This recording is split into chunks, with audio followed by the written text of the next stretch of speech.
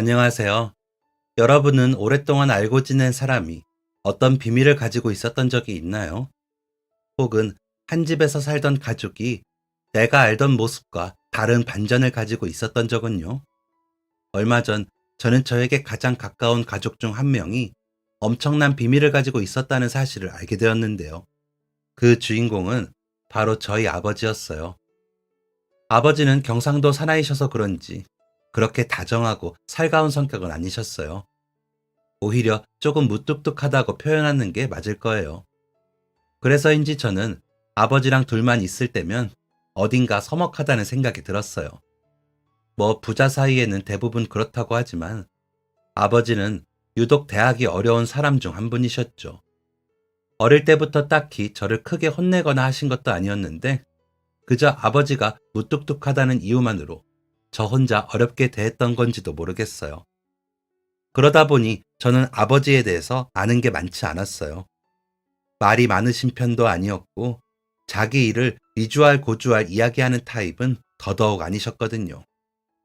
그저 어머니에게 들어 아버지께서 어린 시절부터 엄청 힘들게 살면서 고생을 많이 하셨다고만 알고 있었죠.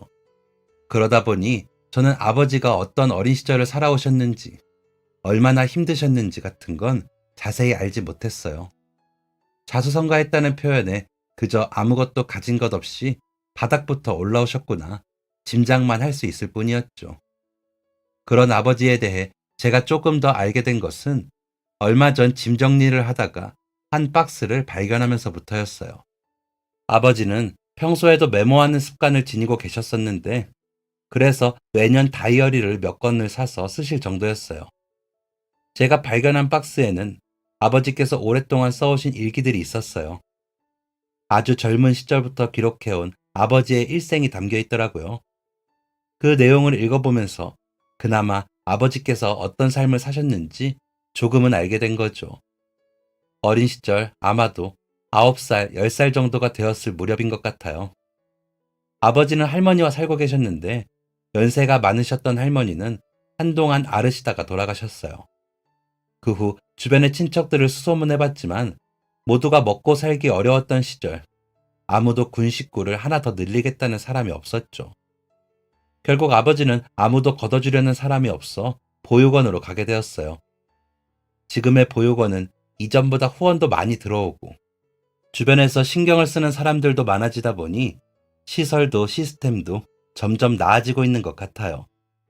하지만 그 시절에는 어쩌면 아버지가 계신 곳만 그랬던 걸지도 모르지만 그것은 지금 제가 알고 있는 보육원의 모습과 전혀 달랐었죠. 시설도 환경도 그 무엇도 아이들을 생각하는 것이 아니었어요. 이게 밥이라고 생각이 들 만큼 부실한 식사에 그나마도 나눠주는 것만 먹어야 했기에 양껏 먹을 수 없어 늘 배고픔을 느꼈다고 해요. 좁은 방에 몇 명의 아이들이 다닥다닥 붙어서 잠을 자고 책이나 필기구는 늘 부족하고 학교에 다녀도 준비물을 제대로 챙기지 못해 선생님께 혼나기 일쑤였고요. 깨끗한 새 옷도 새 신발도 꿈꿀 수 없었다고 해요. 그러다 보니 대부분의 아이가 늘 자신감이 없는 상태거나 아니면 화가 나 있는 상태였다고 했죠. 공부하고 싶어도 공부를 할 수 있는 도구도 제대로 없었고 환경도 갖춰지지 않아서 더욱 힘들었다고 하더라고요. 겨울엔 따뜻하고 여름에는 시원한 집에서 책장 가득 책이 가득하고 문구점에서 색색의 펜을 다 가지고 있던 제가 숙제조차 제대로 하지 않으려고 뺀질거렸던 것을 생각하면 참 보기 겨웠었구나 싶더라고요. 하지만 그렇게 좋지 않은 환경에서도 아버지는 포기하지 않았어요. 장래 희망이나 꼭 되고 싶은 직업이 있는 것은 아니었지만 아버지는 어릴 때부터 한 가지 꿈이 있었다고 해요. 돈을 많이 버는 것이었죠. 누가 그런 꿈을 꾸지 않겠냐고 할 수 있지만 아버지는 아주 어릴 때부터 자신은 나중에 꼭 돈을 많이 벌겠다고 몇 번이나 다짐했었다네요. 돈을 많이 벌어서 건물을 살 거라고 말이죠. 제 주변에도 많은 친구가 건물주라는 꿈을 꾸곤 하는데요. 아버지의 어린 시절 소망도 건물주였나 봐요. 다만 막연하게 그 꿈을 생각한 것이 아니라 그걸 이루기 위해 무지막지 노력하셨죠. 무조건 돈을 많이 모아서 나중에 건물을 사겠다고 결심한 순간부터 아버지는 미친 듯이 돈을 모으기 시작했어요. 중학생쯤부터 이미 동네에서 신문 배달이니 동네 세탁소 심부름이니 주변에서 돈을 준다고 하면 두 발 벗고 달려가서 도와드렸다고 해요. 고등학교는 진학하지 않았는데요. 대신 동네에 아는 분이 도배를 하는 분이셨는데 그분을 따라다니면서 일하셨다고 하시더라고요. 그냥 잔심부름을 하는 보조였지만 그래도 어깨너머로 이런저런 기술들을 배울 수 있었다고 해요. 그리고 나이가 되자마자 군대에 가셨는데 거기서 너무 좋은 분을 만나게 되었죠. 군대에서도 휴가를 나올 때마다 어차피 만날 가족도 친구도 딱히 없었던 아버지는 휴가 때마다 쉴 틈도 없이 각종 현장에서 일용직으로 일을 하셨다고 해요. 군대 선임 중 이 사실을 알게 된 분이 관심이 생겨 아버지에게 어떤 사연이 있는지 물어보셨다네요. 그런데 정말 인연이라는 게 있었는지 마침 그 선임분의 아버지께서는 건축기사로 사무소를 운영하고 계신다고 했어요. 안 그래도 현장에 믿고 쓸 인재가 늘 부족하다고 하셨는데 그동안 봐온 아버지의 모습을 보고 적임자라고 생각하신 거죠. 전역하고 나서 연락해주면 일자리를 마련해주겠다고 하셨고 아버지는 전역하자마자 그분에게 연락을 드렸어요. 그분 아버님은 꽤 유명한 건축기사분이셨는데 그 당시에 해외에서 공부도 하셨다고 하더라고요. 지금도 한국인이 많지 않은 유럽에서 건축 관련 공부를 하셨다고 하는데 지금 제가 듣기에도 대단하다는 생각이 들었어요.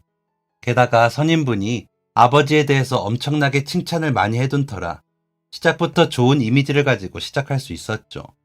덕분에 유명한 건축기사님을 따라다니며 현장 업무를 배울 수 있었다고 해요. 그래서 큰 건물을 지으러도 다녀보고 이런 집에는 대체 누가 살까 싶을 만큼 대궐 같은 집을 지으러도 다녀봤다고 하더라고요. 각종 현장을 따라다니면서 정말 많은 것을 배울 수 있었고 일을 열심히 그리고 워낙 잘해서 회사에서도 다들 예뻐하면서 큰일이 있을 때마다 아버지를 불러 함께 하셨다고 하더라고요. 그러다 보니 돈도 금세 많이 모을 수 있었고요. 그렇게 어깨너머로 배운 각종 기술이 아버지에게는 모두 경험이자 경력이 되었어요. 특히 아버지께서는 미적 감각이 좋으셨다고 하는데요. 누가 일부러 가르쳐 준 것도 아니고 어떤 기술이 있는 것도 아닌데 항상 센스가 좋았다고 하시더라고요. 그래서 현장에서도 색상이나 소재 때문에 고민이 될 때는 아버지의 의견을 많이 물어보기도 하셨고요. 그러다 보니 능력을 더욱 인정받았는데요. 기술도 중요하지만 센스라는 것은 타고나는 거라고 칭찬이 자자했다고 해요. 그도 그럴 게 저도 미술을 전공했는데 타고난 센스가 좋은 친구들이 있거든요. 이래저래 비교하거나 계산해보지 않아도 여기에는 이 색이 괜찮겠는데? 이런 느낌이 좋을 것 같은데? 하며 척척 해결하는 친구들이 있어요. 그런 사람들을 볼 때마다 항상 부럽다는 생각이 들었는데 저희 아버지도 그런 분이었나 봐요. 그래서 정식으로 대학을 나오거나 공부를 한 것은 아니지만 몇 년이 지나니 아버지는 현장에서 아주 중요한 인물이 되어 있었어요. 물론 타고난 센스뿐만 아니라 근면성실하고 열심히 일한 덕분이기도 하죠. 그 당시에도 아버지는 건물을 사겠다는 생각으로 그렇게 열심히 돈을 벌어도 제대로 쓰지도 않고 다 모아두었다고 해요. 매주 자신이 필요한 만큼의 예산을 정해두고 그나마도 남으면 매번 은행에 가서 직접 통장에 넣고는 했다고 하더라고요. 아버지가 어머니를 만나게 되신 것도 그렇게 알뜰하고 부지런한 습관 덕분이었어요. 어머니는 그 당시 은행에서 일하고 계셨거든요. 거의 맨날 똑같은 옷, 신발에 매주 저축하러 오는 아버지가 신기해 자꾸 보게 되었고 관심이 갔다고 하더라고요. 말은 별로 없지만 항상 예의 바른 모습이 마음에 들기도 했고요. 그러다 보니 자꾸 눈이 가고 어떤 사람일까, 뭐 하는 사람일까 궁금해졌다고 해요. 그래서 아버지가 올 때마다 이런저런 질문들을 하게 되었는데 아버지는 그럴 때마다 그냥 짧은 대답을 했다고 하더라고요. 일기에서 알게 된 사실이지만 그 당시 아버지는 너무 부끄러우셨다고 하더라고요. 은행에서 자주 마주치는 얼굴 예쁜 직원이 항상 자기에게 친절하게 상냥하게 대해주고 이것저것 말을 거는데 그렇게 예쁜 사람이 자기한테 말을 거는 것이 익숙하지 않아서 너무너무 부끄러웠다고요. 자기도 이런저런 이야기를 하며 대화를 이어가고 싶은데 워낙 말주변이 없어 어떻게 해야 할지 난감했다고 쓰여 있었어요. 인연이란 그런 건가 싶은 게 보통 이렇게 막 말을 거는데 대화가 제대로 되지 않으면 이 사람 나에게 관심이 없나 보다. 나를 별로 안 좋아하나? 라고 생각하기 마련이잖아요. 그런 이유로 많은 연인들이 엇갈리기도 하고, 실제 아버지도 주변에 그런 오해를 많이 받기도 했었고요. 하지만 어머니는 그러지 않으셨어요. 오히려 아버지의 모습을 쑥스러워한다고 생각했고, 그래서, 아, 이 사람 여자를 많이 만나보지 못했구나 하는 생각을 하게 되셨다고 해요. 그리고 그런 모습이 엄청 귀엽게 느껴지셨다고 하더라고요. 하지만 어머니는 아쉽게도 여러 가지 사정으로 다른 지역의 은행으로 발령을 받게 되셨어요. 그래서 두 분의 인연은 거기서 끝나는 것 같았죠. 그 사이 아버지는 점점 자신의 능력을 인정받고 실력도 돈도 차곡차곡 모으고 있었어요. 항상 자신에게 친절했던 은행 직원이 갑자기 사라져서 엄청나게 당황하셨다고 하더라고요. 이렇게 갑자기 헤어지게 될 줄 알았으면 진작 말이라도 걸어볼 걸 싶기도 하셨다고요. 그러다가 어쩌면 결혼해서 그만둔 게 아닐까 생각이 들었고, 그래, 그렇게 예쁜 여자분이 남자친구도 없을 리 없지 하면서 혼자 무척이나 아쉬워하시면서 속이 타셨다고 해요. 전역하고 나서 어느새 그 사무소에서 일하게 된 지도 거의 7, 8년이 되어갈 때쯤 아버지는 현장의 반장 역할을 톡톡히 하고 있었어요. 그리고 슬슬 자신만의 사무실을 내야 하지 않을까 하는 생각을 하고 계셨고요. 다만 걱정이 되는 부분은 기술은 뛰어나지만 그걸 보여줄 학력이 없었다는 거죠. 많은 분이 유명대학, 전문기술 자격을 가진 사람들을 찾고 싶어 하니까요. 하지만 어떻게든 실력으로는 누구에게도 뒤처지지 않는다고 자부했던 아버지는 아주 작은 일이라도 자기 능력을 조금씩 보여주면 사람들도 점차 알아줄 거라고 생각하셨어요. 그리고 인연이라는 게 진짜 있구나 싶은 게 아버지는 정말 우연히도 어머니를 다시 만나게 되었어요. 회사에서 진행하는 큰 프로젝트 때문에 타 지역에 단기로 방을 구해서 지내게 되었는데요. 그래서 근처 은행에 잔돈을 저축하러 들렸는데 바로 거기에서 거짓말처럼 어머니가 딱 앉아 계셨던 거죠. 자신도 모르게 너무 놀라서 입이 딱 벌어졌다고 하더라고요. 그리고 그렇게 입을 벌린 채로 정신없이 어머니를 쳐다보았는데 어머니도 자신을 알아보았는지 찡긋 웃으셨다고 해요. 거의 1년 반 만에 다시 만나게 되신 거였는데 여전히 어머니는 참 아름다우셨다고 하더라고요. 그리고 이번에는 절대 그냥 놓치면 안 되겠다는 생각이 들어 어머니에게 결혼하셨는지 남자친구는 있으신지 물어보고 바로 데이트를 신청하셨다고 해요. 어떤 말을 해야 할지 말주변도 워낙 없고 이 순간을 놓치면 안 된다는 다급한 마음에 아버지는 다짜고짜 어머니에게 그러면 저랑 밥 좀 먹읍시다 라고 거의 은행에서 소리라도 지르듯이 크게 외치셨다고 하더라고요. 그 이야기를 들을 때면 이렇게 무뚝뚝한 아버지가 그런 말을 했다는 게 신기하기도 하고 재밌기도 해요. 두 분이 만나게 된 이야기는 어머니에게 몇 번 들었었는데 보통 그렇게 무드가 팍팍 깨지는 말을 들으면 별로라고 생각할 법도 하는데 어머니는 이때도 그런 생각을 하셨다고 해요. 이 남자가 드디어 정신을 차렸구나 라고 말이죠. 그래서 흔쾌히 좋다고 대답했다고 하시더라고요. 그렇게 그 지역에 머무는 동안 틈날 때마다 만나서 데이트했고 알고 보니 어머니는 자신의 아버지, 그러니까 제 외할아버지께서 아주 편찮으셔서 옆에서 돌봐드릴 사람이 필요해 고향으로 돌아오셨던 거였죠. 만난 지 얼마 지나지도 않은 사이인데도 아버지는 일하면서도 틈날 때마다 어머니가 외할아버지를 돌보시는 걸 도와드렸다고 해요. 외출할 때 부축도 해드리고 근처 병원까지 운전도 대신해드리고요. 그 모습을 본 어머니는 어떻게 사람이 이렇게 선하고 바를 수 있을까 생각하셨다네요. 그리고 무엇보다 어머니가 아버지에게 깊이 빠지게 되신 것은 바로 세심함 때문이었다고 하는데요. 그냥 지나갔듯이 하는 말도 아버지는 절대 그냥 듣는 법이 없었다고 하시더라고요. 둘이 시내에 데이트하다가 지나가며 와, 저 꽃 예쁘다. 저 머리핀 예쁘다. 라고 하면 몰래 사서 그날 데이트 끝날 때 주던가 아니면 다음날에 꼭 사오고는 했다고 해요.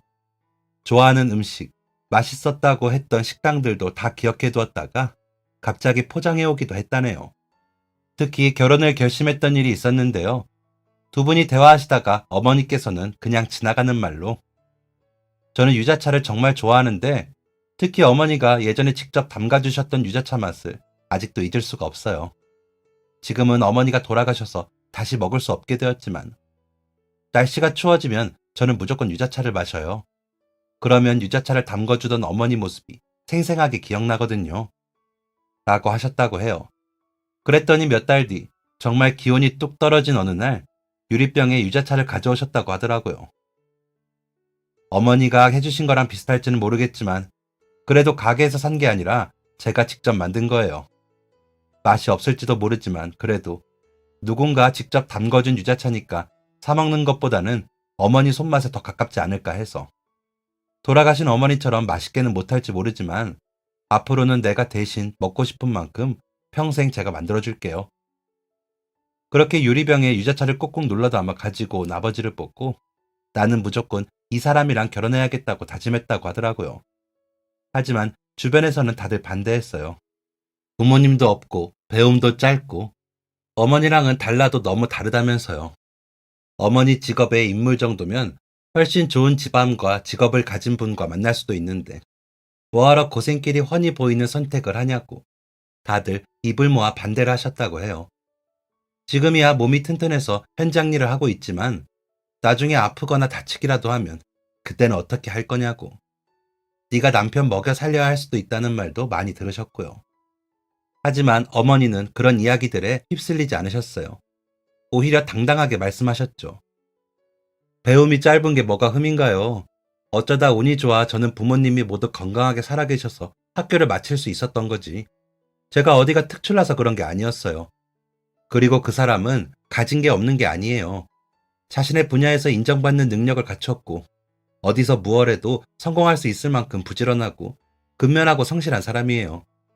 또 제일 중요한 점은 누구보다 저를 아껴주고 생각해주는 사람이라는 거예요.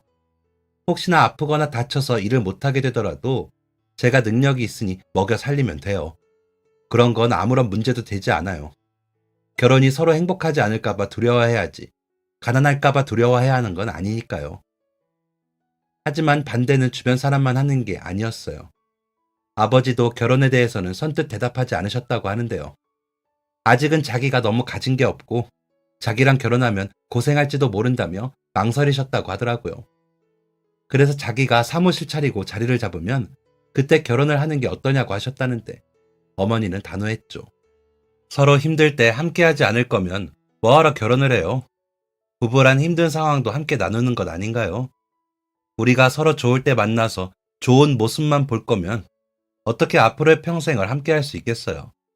그러면 나중에 사무실이 자리 잡고 나서 저랑 결혼하고 그 후에 만약 또 일이 잘못되어 힘들어지면 저랑 헤어질 거예요?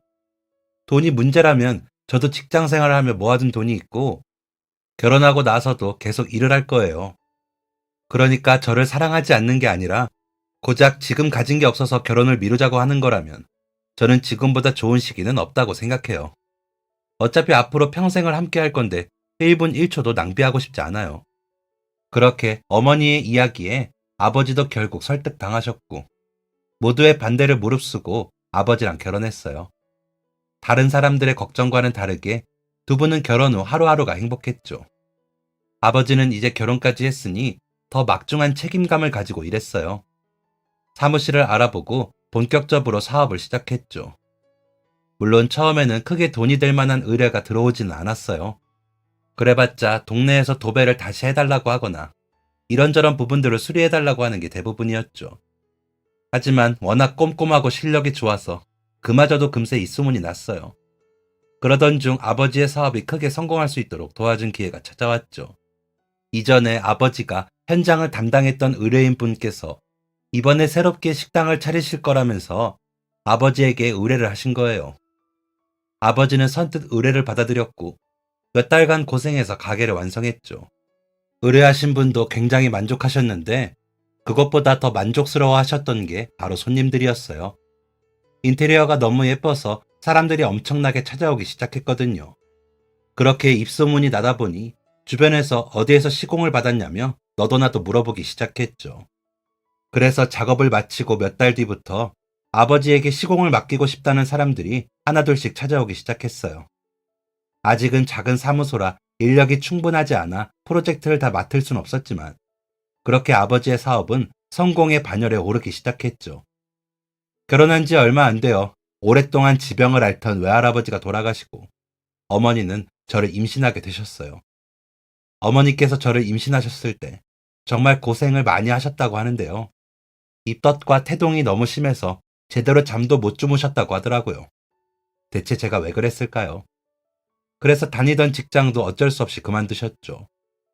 많이 힘들어하는 어머니를 위해서 아버지는 밖에서 아무리 고되게 일하고 들어와도 늘 어머니 발을 주물러주고 입덧 때문에 잘 드시지 못하는 어머니가 먹고 싶은 게 생각나면 아무리 늦은 시간이라도 뛰어나가서 비슷한 음식이라도 구해오셨다고 하더라고요.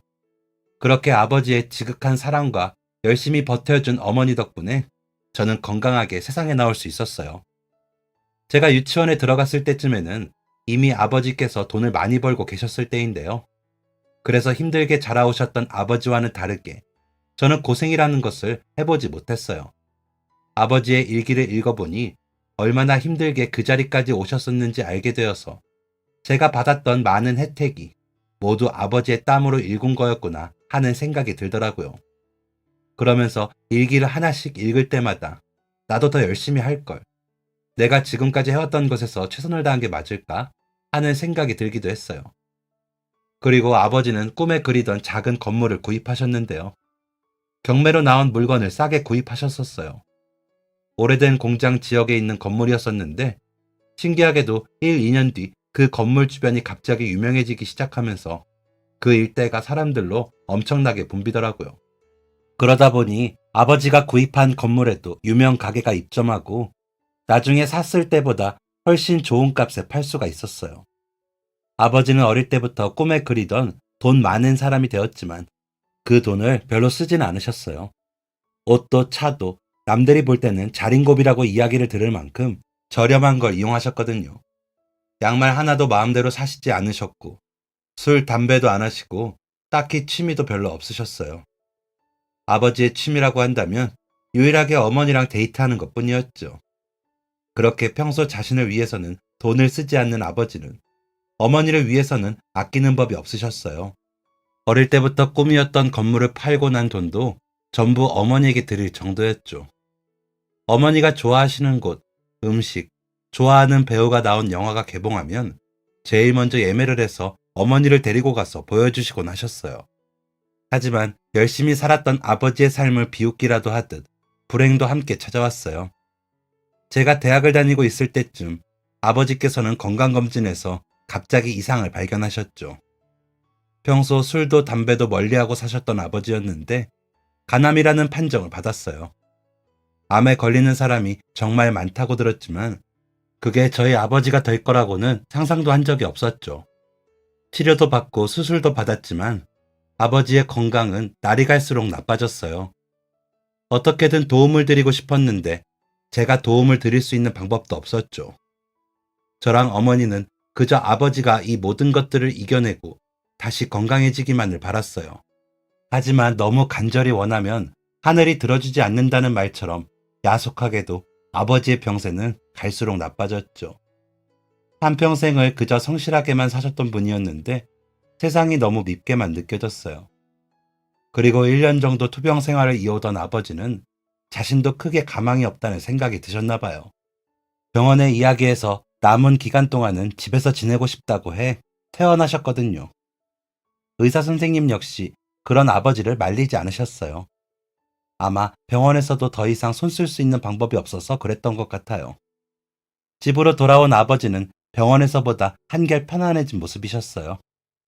항상 강하게만 보였던 아버지였는데 아파서 누워 계신 아버지의 모습은 제가 지금까지 알고 있던 강인했던 모습을 전혀 떠올릴 수 없었죠. 저도 옆에서 마음이 참 많이 아팠는데 어머니는 얼마나 더 마음이 아프셨을지 감히 상상도 되지 않아요. 두 분이 많이 사랑하셨던 만큼 아주 속상하셨겠죠. 당신이 너무 좋은 사람이라서 그런가 봐. 나만 당신이 필요한 줄 알았는데 하늘에서도 당신이 필요한가 보네. 이래서 인기 많은 남자랑 결혼하면 피곤한 건데 내가 잘못 선택했어. 그렇게 힘든 상황에서도 어머니는 종종 그런 농담을 하곤 하셨어요. 아버지는 그런 어머니의 농담에 살며시 미소를 짓고는 했죠. 그리고 집으로 돌아온 지 2달이 조금 지나 아버지는 세상을 떠나셨어요. 집에서 조용히 편안하게. 원래 병이 있으면 마지막 순간에 굉장히 고통스럽고 괴롭게 돌아가실 줄 알았는데 신기한 일이었어요. 어쩌면 세상에서 가장 사랑받는 남편이자 훌륭한 아버지였기에 마지막이라도 평온하게 보내주자 했던 하늘의 선물이 아닐까 생각이 들었네요. 마지막 순간까지 아버지는 어머니 걱정이었어요. 물론 제 걱정도 하셨죠. 미안하다 아들, 아버지가 못나서 이렇게 너랑 네 엄마를 두고 먼저 떠나게 되었네. 어릴 때 고아로 살면서 내 자식만은 절대 무슨 일이 있어도 어릴 때 부모 없는 아이로 만들지 않겠다고 다짐했었는데 참 아이러니하지. 그동안 너에게 최고의 아버지는 아니었을지도 모르겠구나. 내가 부족함이 많았다면 나도 아버지가 처음이라 그랬던 거니 부디 이해해 주렴. 그리고 너희 어머니, 야무진 사람이기는 하지만 마음이 아주 여린 사람이야. 강해 보여도 속마음은 약하단다. 그러니 네가 옆에서 어머니를 잘 챙겨줘. 원래는 내가 끝까지 책임져야 했던 일인데 너에게 맡겨서 미안하구나. 아버지는 어머니의 손을 꼭 잡은 채로 세상을 떠나셨고 장례가 진행되는 동안 어머니는 애써 담담해 보이려고 하셨지만 속으로는 참 많이 울고 계셨어요. 조용히 방에서 매일 밤 훌쩍이는 어머니 목소리를 들을 수 있었거든요. 아버지가 돌아가시고 나서 집은 갑자기 텅 빈 것처럼 느껴졌어요. 고작 한 사람이 비었을 뿐인데 온 세상이 갑자기 텅 비어버린 것만 같았죠. 저의 세상도 그랬는데 어머니의 세상은 어땠을까요? 모든 게 다 무너져버리고 홀로 남은 것처럼 느껴졌을 것 같아요.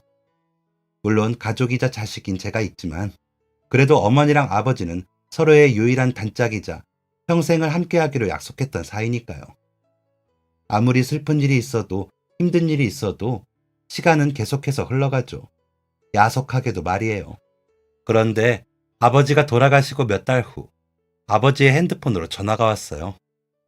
장례식이 끝난 후 너무 정신이 없기도 하고 아직 아버지를 떠나보낼 준비가 완전히 되지 않았던 터라 어머니께서는 아버지 핸드폰을 해지하지 않은 채 가지고 계셨거든요. 전화를 받았더니 아버지의 사무실 직원 중 작업반장님이 연락을 하신 거였어요.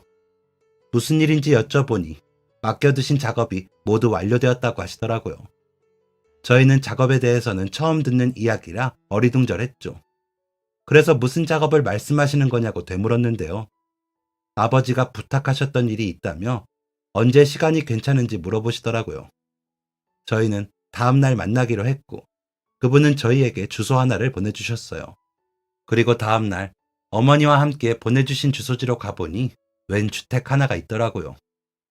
마치 동화 속에 나오는 예쁜 시골 주택 같은 곳이었는데요. 유럽의 주택이 떠오르기도 했어요. 이게 뭔가요? 사실 사장님께서 재작년쯤 저희에게 맡기신 프로젝트가 있었어요. 사모님이 옛날부터 살고 싶으시던 집이 있으셨다고 하면서 사진을 보여주시더라고요. 그래서 결혼기념일에 선물로 드리고 싶다고. 저희에게 몇 년이 걸려도 좋으니 튼튼하고 최대한 그 사진이랑 똑같이 만들어달라고 부탁하시더라고요. 돌아가시기 전까지 저희한테 신신당부하셨어요. 자기가 없어도 작업 잘 마무리해달라고요. 사실 어머니에게는 소망이라고 해야 할까요? 꿈꾸는 집이 있으셨어요. 어머니가 중학생쯤인가 잡지에서 우연히 보게 된 집이었다고 하는데요. 처음 보자마자 한눈에 반해서 그 잡지를 오랫동안 보관하고 계셨거든요. 결혼 후에는 아버지가 액자를 사주셔서 거기에 담아서 보관을 해두어서 저도 거실을 지나치며 몇 번 그 집을 본 적이 있었어요. 어머니는 언젠가 저런 집에서 살고 싶다며 눈을 반짝이며 사진을 바라보곤 하셨죠. 동화 속에 나올 것 같이 생긴 집이었는데 사실 한국에서는 찾아보기 힘든 집이었죠. 그런데 아버지께서 어머니가 늘 소망처럼 품고 있으시던 그 집을 현실로 만드신 거였어요. 정말 사진이랑 똑같이 말이죠. 양식부터 페인트의 색깔, 그리고 집 앞에 심어진 나무의 종류와 위치까지 완전히 똑같았어요. 그리고 집 앞에는 어머니의 이름까지 새기셨더라고요.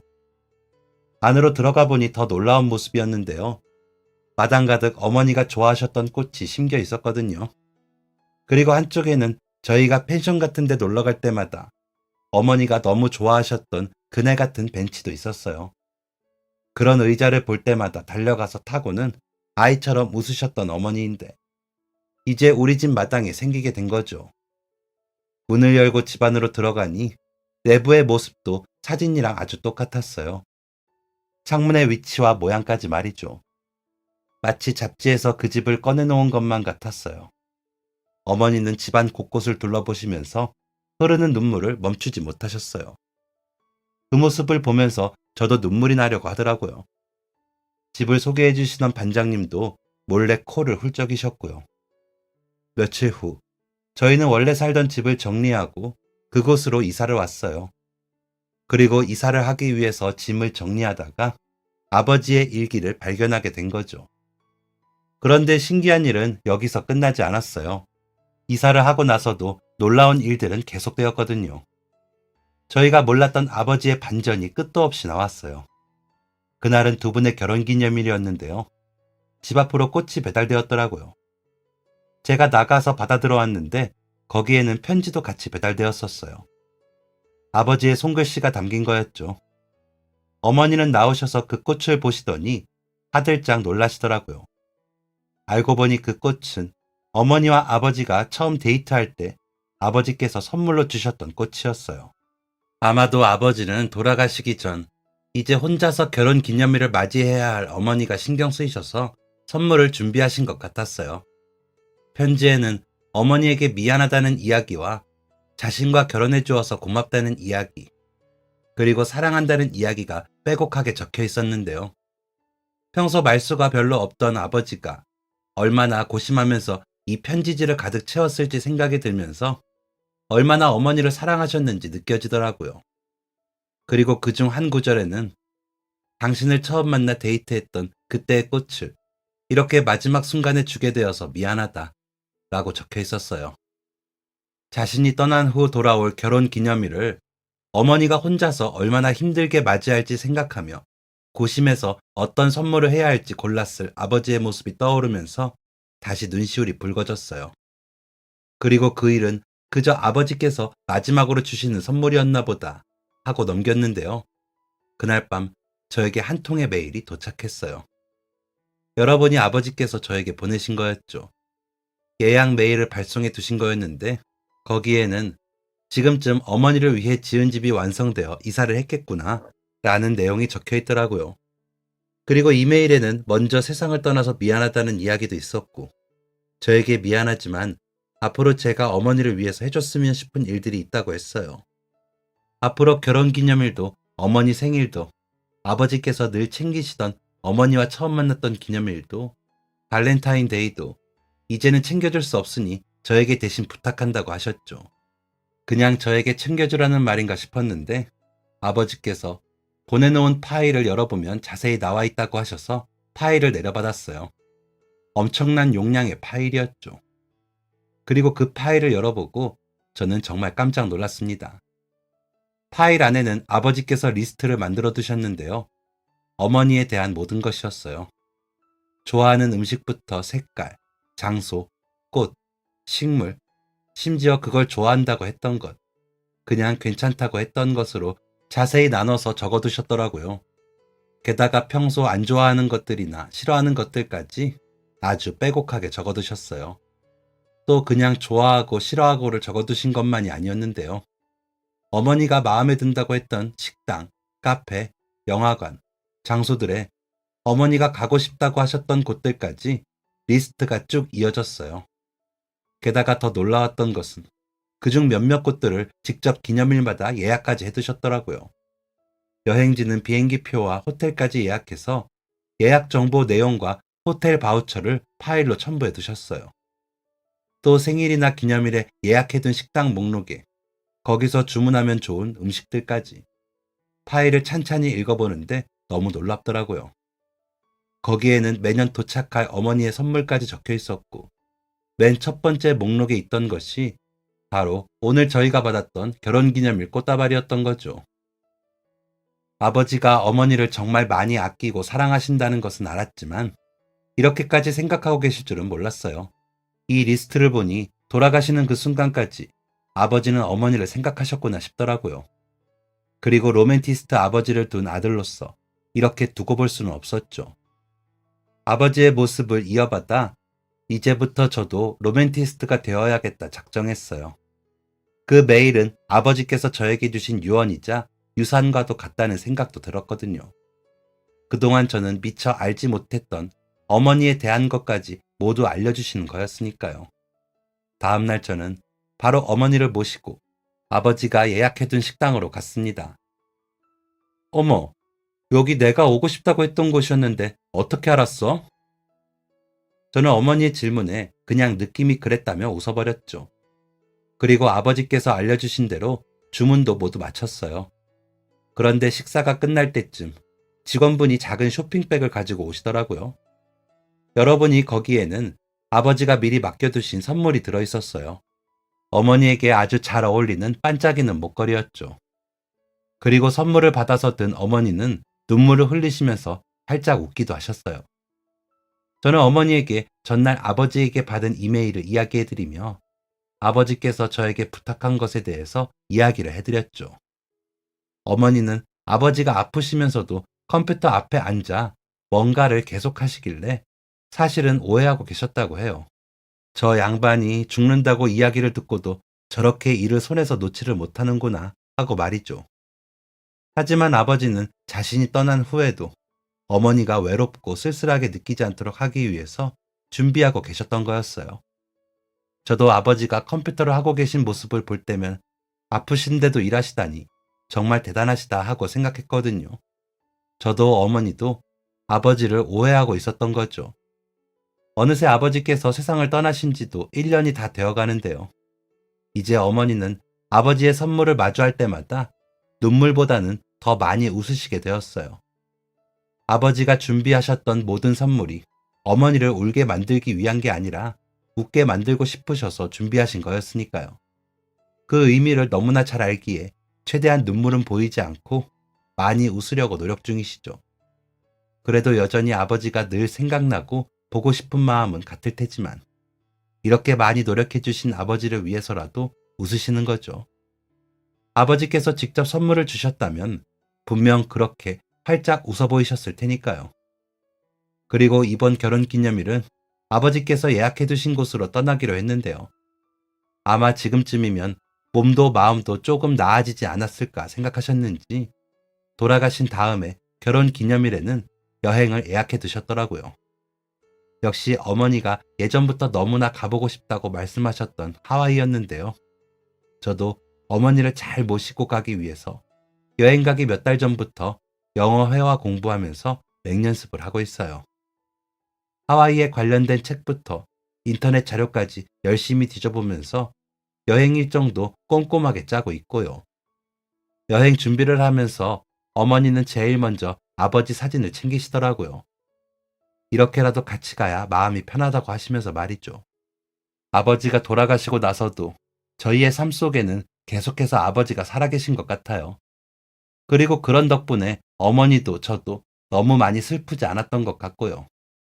또 신기하게도 아버지께서 돌아가신 후에 저는 더 가까워진 느낌이 드는데요. 아마도 아버지의 일기장을 읽어서인 것 같기도 하고 그 일기를 읽으면서 어머니와 이야기를 나누며 제가 몰랐던 아버지의 많은 모습을 듣게 되어서 그런 것 같기도 해요. 저는 아버지처럼 멋지고 훌륭한 사람이 되기에는 참 많이 부족하지만 그래도 이제는 제 인생의 롤모델을 아버지로 두고 더 훌륭한 사람이 되기 위해서 노력하고 있는데요. 언젠가 아버지 앞에서 저 이렇게 멋진 사람이 되었어요 하고 당당히 이야기하며 자랑스럽게 여기실 수 있도록 앞으로도 노력할 거예요. 그리고 아버지께서 가장 사랑하고 걱정하셨던 어머니에게도 항상 좋은 아들이자 자식으로서 늘 행복하실 수 있도록 노력할 거랍니다. 아버지께서 지켜보고 계실지 모르지만 혹시나 저를 지켜보고 계신다면 어머니랑 제가 앞으로도 오래오래 건강하고 행복하게 보살펴 주셨으면 좋겠어요. 그리고 아버지의 이벤트는 앞으로도 평생 제가 대신 이어갈 테니 걱정하지 마시라고 이야기해드리고 싶어요. 그리고 언젠가 저도 사랑하는 사람을 만나 아버지가 그랬듯이 좋은 남편이자 아버지가 되고 싶어요. 저는 아버지 아들이니까 그럴 수 있겠죠? 지금까지 사연 들어주셔서 감사합니다. 사연이 재밌으셨다면 구독과 좋아요를 눌러주세요. 감사합니다. 안녕히 계세요.